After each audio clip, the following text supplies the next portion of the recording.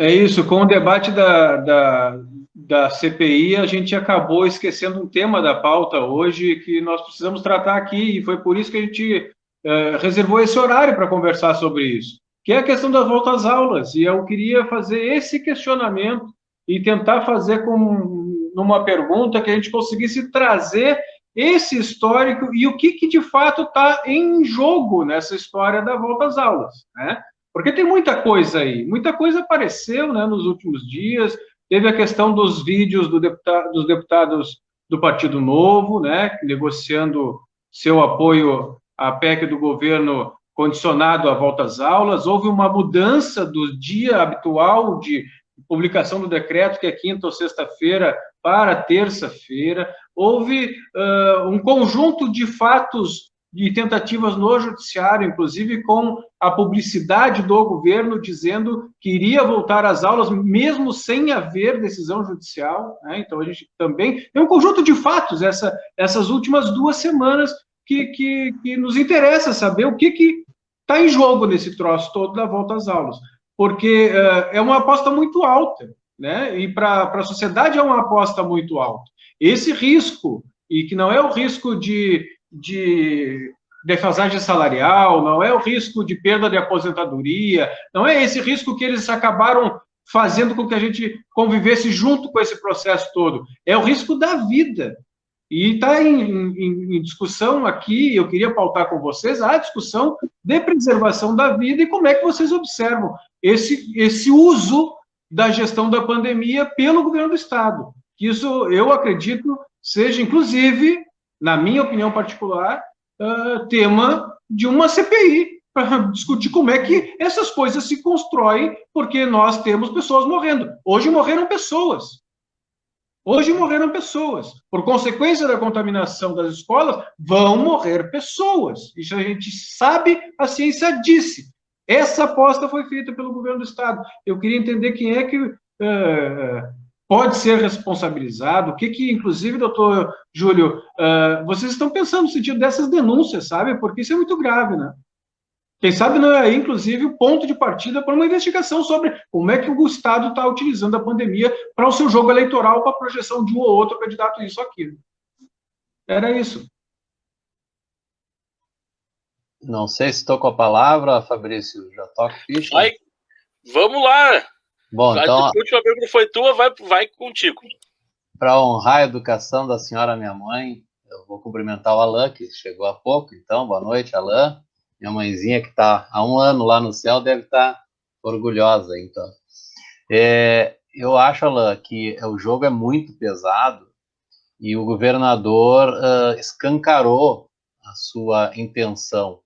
Porque, se vocês lembrarem, eu não vou fazer todo um histórico aqui, que seria muito enfadonho, mas o fato é que nós tínhamos, há uns 10 dias atrás, uma liminar vigente que dizia que as aulas não poderiam voltar enquanto perdurasse a bandeira preta. Aí o que fez o governador? Numa sexta-feira, editou um decreto estabelecendo a cogestão para a educação, que até então era inédito, não existia para a educação. Aí ele criou essa mirabolante tese de que com a cogestão, os municípios que aderissem estariam na bandeira vermelha, logo não estariam descumprindo a liminar. Ora, parece que o governador acha que inventou a esperteza. Todo mundo viu que aquilo era uma manobra. E o mais grave é que ele foi numa entrevista coletiva e alardeou a toda a comunidade gaúcha que na segunda-feira daquela semana as aulas estariam retomadas. Nós, então, denunciamos isso, evidentemente, a magistrada lá da primeira vara da Fazenda Pública, onde foi deferida a liminar naquela ação civil pública ajuizada pela Mães e Pais, depois com o CEPERS junto e o SIMPRO, e era já à tarde de sexta-feira, então a magistrada não conseguiu analisar, isso foi remetido para o plantão. O magistrado do plantão foi lá e disse: olha, esta liminar não foi revogada e, portanto, está valendo. Agora, se o decreto descumpre ou não descumpre, quem vai dizer isso é a juíza do processo. O que fez o governador, mesmo diante dessa decisão, alardeou que o juiz do plantão teria dito que o decreto estava valendo, quando o juiz do plantão disse que quem ia decidir sobre o decreto era a juíza titular da primeira vara. Nós denunciamos mais uma vez o fato, e então a magistrada da primeira vara doutora Cristina Marquesan, com muita propriedade, afirmou: a minha liminar está vigendo e só quem pode modificá-la é o Tribunal de Justiça e não o governador por decreto, sob pena de haver aí uma invasão de seara de poderes. A partir daí, e mesmo diante disso, o presidente do Sinep pregou a desobediência civil, porque dizia que era para todos abrirem as escolas na segunda-feira, porque o decreto é que valia, não era o que a juíza estava dizendo. Inclusive, a magistrada, na segunda-feira seguinte, proferiu uma decisão fixando multa diária para as escolas que descumprissem e pedindo que o Ministério Público tomasse conhecimento dos vídeos lá divulgados pelo Sinep, até para apurar a possibilidade de crime de desobediência. Aí, o que aconteceu? Para resumir a ópera, na segunda-feira à noite da semana passada, foi julgado o agravo do Estado do Rio Grande do Sul e, por unanimidade, foi negado o provimento ao agravo, porque os desembargadores entenderam que aquele decreto da cogestão era uma manobra para justamente burlar a decisão judicial. E o governador, no dia seguinte, pela manhã seguinte, anunciou então esse novo decreto com a mudança artificial da cor da bandeira, de preta para vermelha. Cedendo, diga-se passagem, o Alain bem colocou aqui, as chantagens políticas que já estavam deflagradas de forma escancarada. O deputado Fábio Osterman gravou um vídeo, que já circulou pelas redes, dizendo: se o governador não mudar a bandeira de preta para vermelha para possibilitar a volta às aulas, eu não vou votar a PEC 280 e não vou permitir a aprovação do projeto do governo. E o governo cedeu. E esta burla, ela é tão explícita que no dia anterior ao julgamento, o Procurador-Geral do Estado esteve no programa lá da Rosane de Oliveira e a Rosane perguntou: mas, procurador, esse decreto que estabeleceu a cogestão não seria uma forma de dar uma curva? Foi essa a expressão que a Rosane usou, dar uma curva na justiça? Agora vejam a resposta, ainda bem que isso está gravado, né? Não, Rosane, curva seria se nós tivéssemos mexido no sistema de salvaguarda para mudar a cor da bandeira de preta para vermelha. Isto sim seria uma curva. E foi exatamente isso que o governador fez no dia seguinte, menos de 24 horas depois do que o seu procurador-geral falou. Então, nós denunciamos isso, pedimos à magistrada que não aceitasse esse decreto, porque ele tem um desvio de finalidade. A Associação Mães e Pais aderiu a uma petição feita pelo CEPERS e, conjuntamente com o Simpro também e com o Simpa, postularam a magistrada que fizesse valer a sua decisão.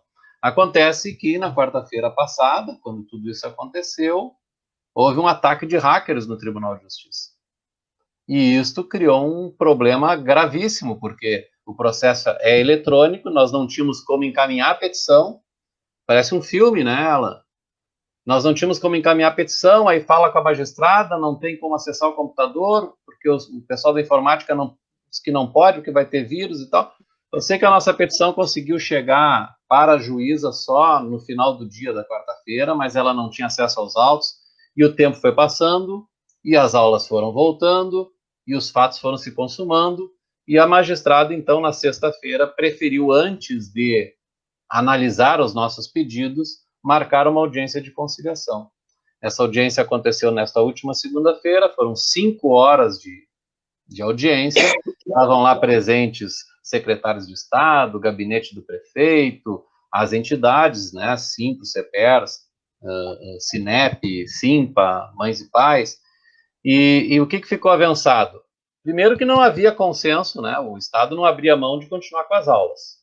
As entidades autoras não abriam mão de que as aulas fossem suspensas. Eu queria te questionar nesse sentido. Como se expressaram essas representações nessa conciliação? Qual é a posição, por exemplo, da Prefeitura de Porto Alegre? Me preocupa muito, por exemplo, as prefeituras que iniciaram as aulas, né? Os prefeitos assumiram a responsabilidade de iniciar as aulas. Poderiam protelar, poderiam discutir isso com a comunidade? Não. Foram lá e iniciaram as aulas. Então, tem uma posição, inclusive, de prefeitos, né, mais grave, no sentido da volta às aulas. Como é que foi essa conciliação? É tão grave que o governador não só insatisfeito com a decisão, que pedia a volta das aulas da educação infantil em primeiro e segundo anos, ele editou um decreto prevendo a volta de todas as séries. Quer dizer, tipo aquele menino que ficou emburrado, tipo assim, agora eu vou mostrar quem manda. Então, nós acreditamos que o judiciário há de honrar a sua decisão, né? Nós, pelo menos, estamos fazendo a nossa parte, estamos dando a oportunidade. Mas nesta conciliação, o prefeito Sebastião Melo sustentou que havia necessidade de se afastar a carga ideológica dessa discussão. Mas que carga ideológica? Nós estamos discutindo a vida baseado em dados científicos e estatísticos. Ninguém está levando ideologia para dentro do processo. O Cinep bate na mesma tecla de que as suas escolas particulares estão todas cumprindo os protocolos, como se a escola não estivesse inserida num contexto social, onde o pai e a mãe precisam pegar um transporte para ir até a escola, onde isso não vai mobilizar milhões de pessoas.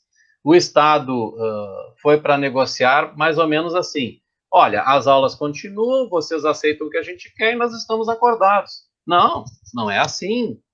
Nós queremos uma série de... A Associação Mães e Pais tem uma agenda com 30 propostas, que evidentemente não são propostas só delas, né? São compiladas dos CEPERS, do Simples, de todas as entidades. Nós queremos que as escolas tenham protocolos que não sejam peça de ficção. A secretária da Educação reconheceu que depois de 14 meses de escolas fechadas, ela não sabe ainda quais são as escolas que estão com janelas emperradas. Pediu que os ouvintes da rádio ajudassem a indicar. Mas, pelo amor de Deus, para quem diz que a educação é essencial, depois de 14 meses não é capaz de saber quais são as escolas, não só tinha que saber, como já tinha que ter resolvido os problemas. Porque quem diz que o lugar de criança é na escola é o CEPERS, é o Simpro, é a Mães e Pais pela Democracia, não é esse grupo denominado lugar de criança na escola que até ontem queriam a homeschooling e talvez agora estão cansados de ter os filhos em casa e querem a volta a qualquer preço. Nós queremos a volta às aulas, mas queremos com respeito à vida. Então, amanhã vamos ter mais uma rodada dessa conciliação. Nós apontamos nessa audiência, já vou concluí-la, que na nossa ótica, a não apreciação dos nossos pedidos equivale a um indeferimento, porque as aulas estão rolando. Nós precisamos que a magistrada decida, e nos preocupa porque já é terça-feira e ainda não há decisão, né? Então, nós ponderamos que nós queremos, sim, continuar a mediação, mas que nós não podemos esperar que esse processo de mediação, que pode levar semanas ou meses, siga sem que a magistrada decida. Então, foi pactuado lá que a magistrada iria decidir, só que até o momento não decidiu. Amanhã vamos ter mais uma rodada, onde serão ouvidos convidados das entidades e das partes, como cientistas, professores, etc., tudo isso para tentar costurar uma alternativa negociada para a solução desse conflito. Mas a nossa posição, e está aqui, né, uma representante do CEPERS, a nossa posição é por manter as aulas suspensas. Infelizmente, nós gostaríamos de estar, né, defendendo o contrário, porque neste momento voltar às aulas é como disse o desembargador. O que o governador quer? Ele quer que volte a lotar as UTIs, ele quer um colapso dos hospitais. Então, lamentavelmente, o quadro é esse, né? E nós acreditamos que o Poder Judiciário vá fazer valer a sua decisão, sob pena de virar moda o Executivo atropelar as decisões do Poder Judiciário.